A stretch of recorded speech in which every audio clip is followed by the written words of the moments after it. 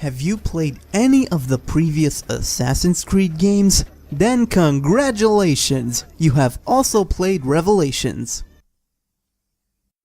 On a more serious note, while a few new additions are present, like a tower defense minigame and crafting, the experience is similar to that of previous games, especially Brotherhood, albeit better looking.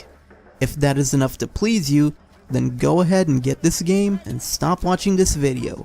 If, however, you want to find out more, stay tuned. Assassin's Creed Revelations puts you once again in the shoes of Desmond and Ezio.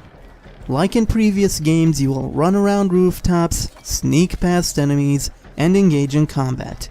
There are few traditional assassinations this time around, which kind of makes the game not live up to its name. Besides that, there are some new additions, but they're hit and miss. The new hook blade makes climbing easier and faster, but then there's the tower defense minigame. If you screw around too much and piss off the Templars, they will try to siege one of your towers and if successful, will recover their influence on an area. It's a functional if questionable addition, but since it can very easily be avoided by simply bribing heralds, one has to wonder why it was even added in the first place.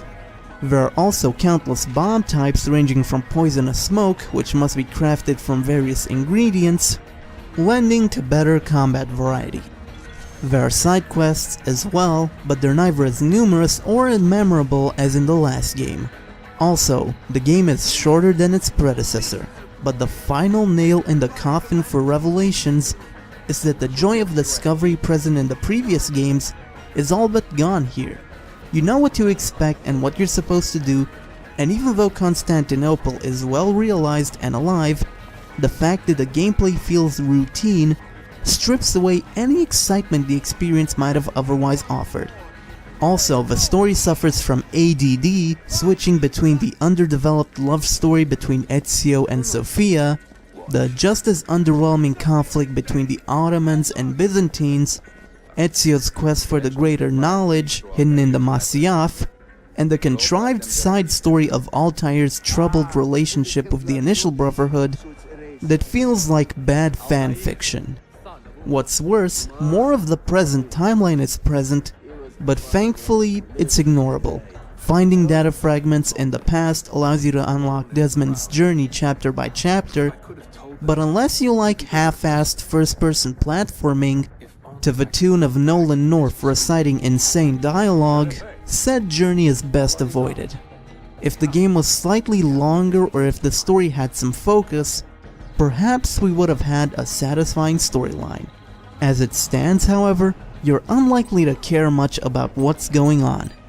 Unlike Brotherhood, Revelations multiplayer is actually populated by other players. Creating your own character by choosing your abilities is satisfying.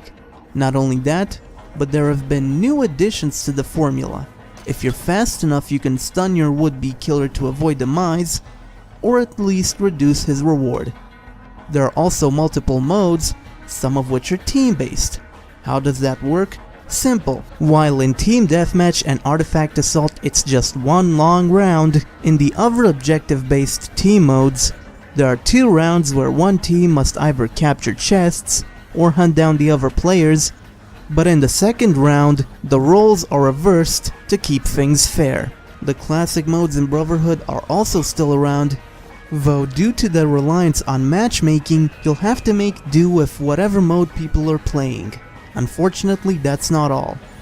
All modes are plagued by balance issues as higher level characters get better gear, and jumping in these days means at least half of your opponents are maxed out.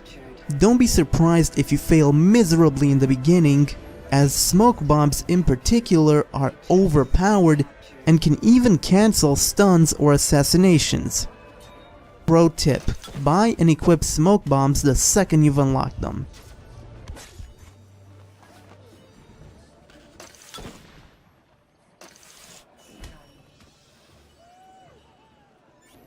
The multiplayer is more exploitable than workers in Chinese sweatshops. The single player contains so much recycled material you'd think Ubisoft suddenly turned into an environmental protection agency, and the story just fails to engage due to its inability to take its time to actually develop its threads. It's not a bad game, but the magic has been lost, and the hit or miss new additions make it one for completionists.